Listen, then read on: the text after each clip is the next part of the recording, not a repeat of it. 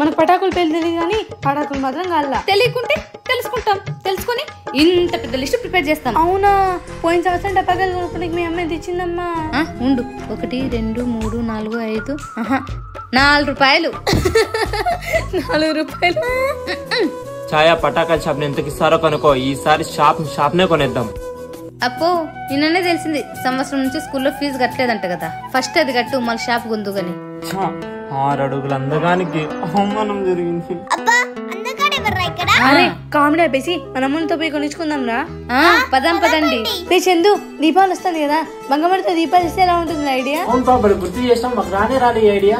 అవునరా, మనం బంకమట్టితో దీపాలు చేసి మన అమ్మోళ్ళకి ఇచ్చినామనుకో, వాళ్ళు చాలా సంతోషంగా ఫీల్ అవుతారా. అంతేకాదు, మనం తయారు చేసిన దీపాలు వెలిగిస్తే చాలా సంతోషంగా ఉంటది. అవును బాబు, మన చేతులతో చేసేటివి కదా. సర్లే పదండి. ఇప్పుడు స్టార్ట్ చేస్తే రాత్రి అవుతుంది. కొన్ని దీపాల ఏమన్నా 4 ఇళ్ళకి కాదు.